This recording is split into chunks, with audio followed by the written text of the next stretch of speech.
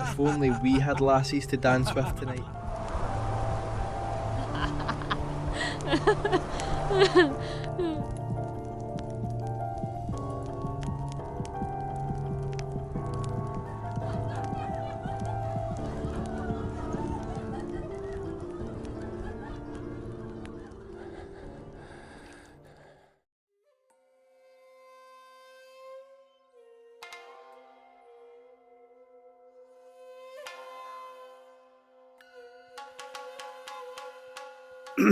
Welcome to Monster Files, File 007, The Bah-vahn Shee, Scotland's so-called vampire fair. Tonight, we're going to pick apart the legend, the folklore, the symbolism, and the very real fears hiding behind this Highland horror story. First, what do we actually know? The name bah-vahn Shee comes from Scottish Gaelic. Roughly, it means fairy woman or fairy witch, a female being from the Shee, the fairy hill. She isn't a modern internet invention. She shows up in the work of early folklorists documenting Highland beliefs. In the late 19th and early 20th century, John Gregerson Campbell, Donald Alexander Mackenzie, and later Catherine Briggs preserved stories of hunters in the Highlands, visited at night by strange women in green. The pattern is familiar.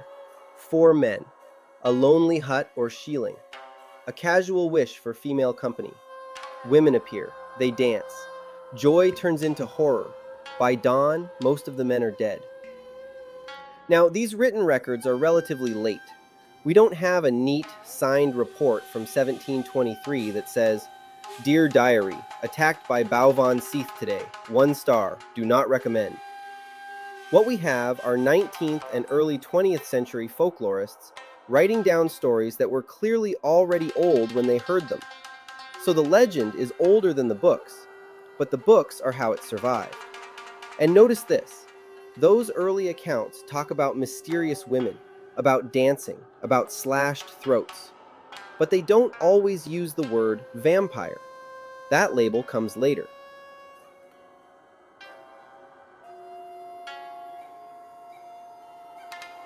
So who, or what, is the Baobhan Sìth supposed to be? Across the stories, she appears as an exceedingly beautiful woman, graceful, elegant, seductive. She wears a long green dress, and that color is not random. In Scottish lore, green is strongly associated with the fairies. It's their color. It's a signal that you've stepped into their world, not yours. At first glance, she's perfect, but there's a detail she never wants you to see: her feet. In many versions of the story, the hunters finally notice what the dress is hiding. Instead of human feet, she has hooves, often deer hooves, sometimes goat-like or even bird-like talons. In some retellings, her feet are never visible at all. The hem of the dress never lifts. Because the moment you see what she really is, the illusion is broken. She can also vanish at dawn, fading with the first light like mist in the glen. Beautiful face, green dress, hidden animal feet. She looks human, until she doesn't.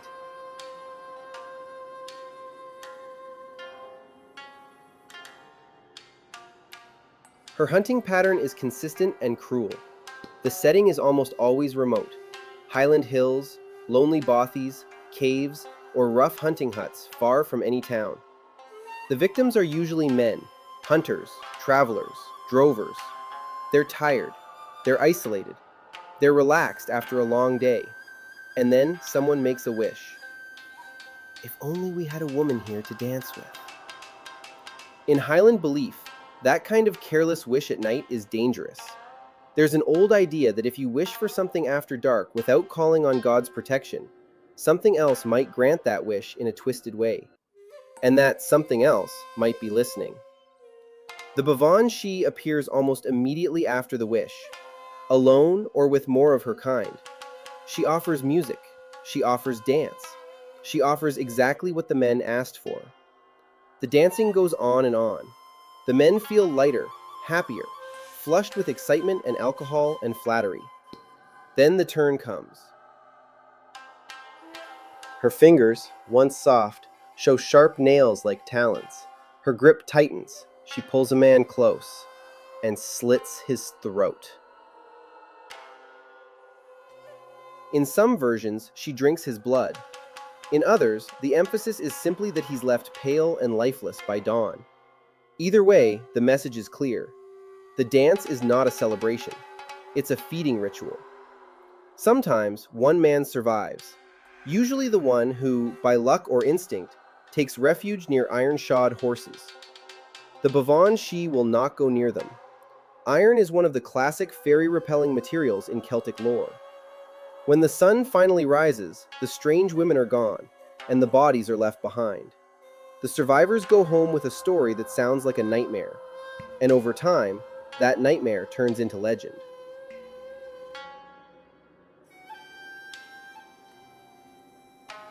Now, how does she fit into the larger world of Scottish myth? In Gaelic tradition, there is the banshee. The fairy woman, sometimes anglicized as banshee, often associated with omens of death. There is the Bean Nighe, the washerwoman at the ford, who washes bloody clothes as a sign that someone is doomed. Those beings warn of death. The bah-vahn shee causes it. She is part of the broader family of the shee, the people of the fairy hills, but she lives firmly on the Unseelie side of the spectrum, the dangerous, malicious fairies who mean humans harm.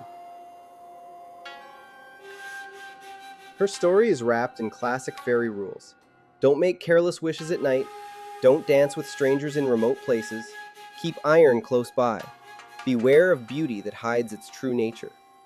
The fairy world and human world meet at liminal points, doorways, crossroads, fords, lonely huts, the edge of the wild. The bah-vahn shee is a predator who lives on that boundary line. So, where does the vampire part come in? Her behavior ticks a lot of vampiric boxes. She hunts at night. She uses seduction instead of brute force. She feeds on blood or life force. And by morning, her victims are dead. Modern writers often call her Scotland's vampire fairy. And folklorists like Catherine Briggs note that she shares features with both succubi and vampire-type beings. But there are important differences between her and the classic Eastern European vampire. She isn't usually described as a corpse raised from the grave. There's no coffin, no precise body in a village crypt. She doesn't lurk around ancestral estates or bite necks in bedrooms. She appears in the open wild, at a dance, in a hut, on the road. She uses claws and nails as often as any bite. She is repelled by iron like a fairy, not by garlic or crucifixes. And there's no strong tradition that her victims rise again as bah-vahn shee. The story usually ends with simple, permanent death. So instead of putting her in the same box as Dracula, it's more accurate to say she's a fairy predator wearing a vampiric mask, a crossover being, part of the fairy world using vampire-style feeding.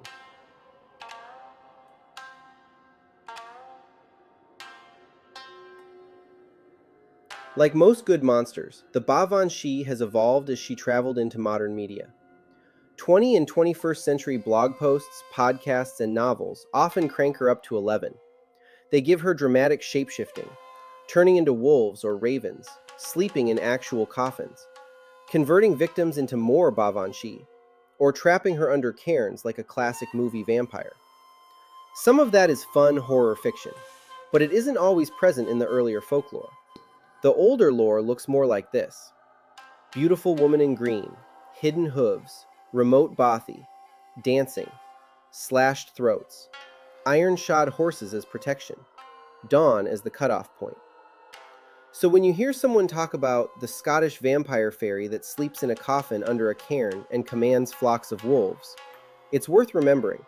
That's probably modern remix, not authentic 19th century belief.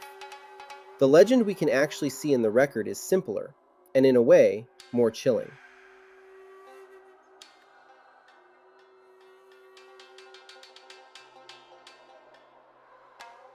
Why this story? Why here? Think about the Highlands. Rugged hills, cold winds, Miles of empty moorland, few people, few lights, and a lot of ways to die quietly.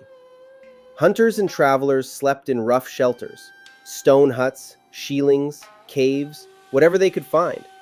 They faced real dangers: hypothermia, exhaustion, getting lost, wild animals, bandits, or simply making stupid decisions while drunk and far from help.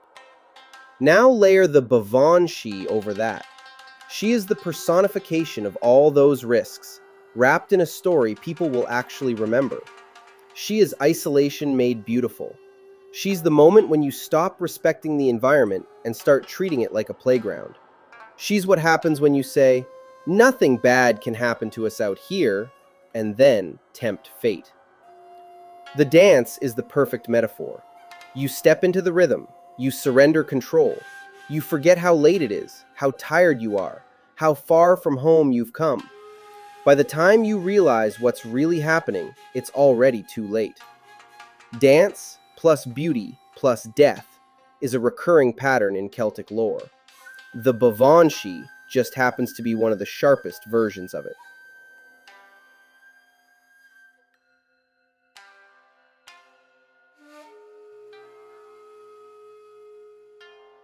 So, are there real historical case reports of the bah-vahn Sìth? Not in the forensic sense. There are no parish logs listing cause of death, dance to death by fairy.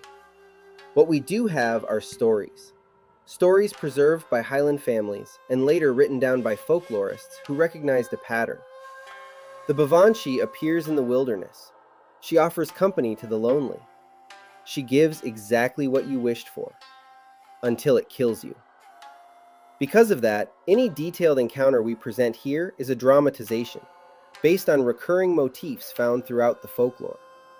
What follows is one such dramatized case file, constructed from the themes and behaviors recorded in traditional Highland tales.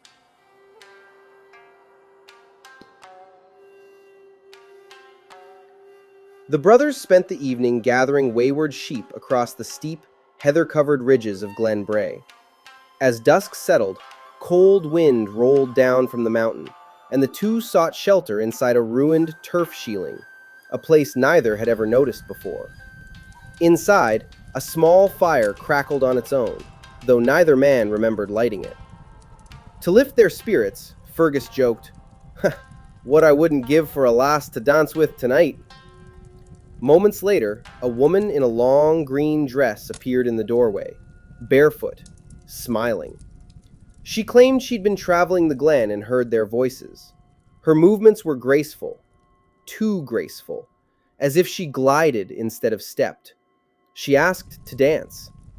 Aidan noticed first. Her shadow on the far wall did not match her body.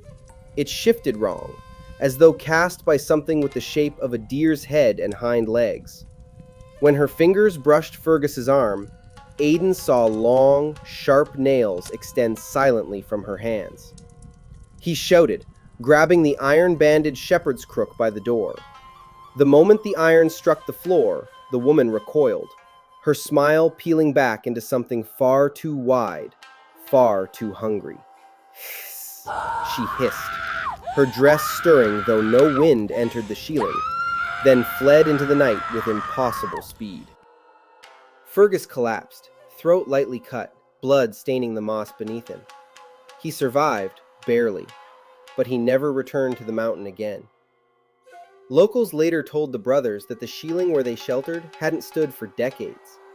It had collapsed long ago after a storm killed a young woman inside. Her body was never found. These stories, whether you take them as warnings, metaphors, or supernatural accounts, all point to the same truth. The bah-vahn Sìth isn't just a monster.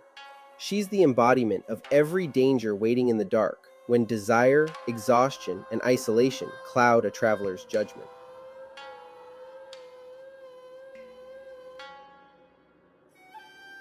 In the end, the bah-vahn Sìth is less about a specific monster hiding in one glen, and more about a pattern of fear. Fear of isolation, fear of seduction and betrayal, fear of the wild, fear of our own choices when no one is watching. She is what happens when desire and danger put on the same green dress. So the next time you imagine yourself in an old stone hut in the Highlands, wind howling outside, fire dying low, and you're tempted to joke, if only we had some company, maybe don't. Because according to Highland lore, someone might be listening, and she loves to dance. This has been Monster Files, File 007, the bah-vahn Sìth. Sleep well, and don't make any wishes in the dark.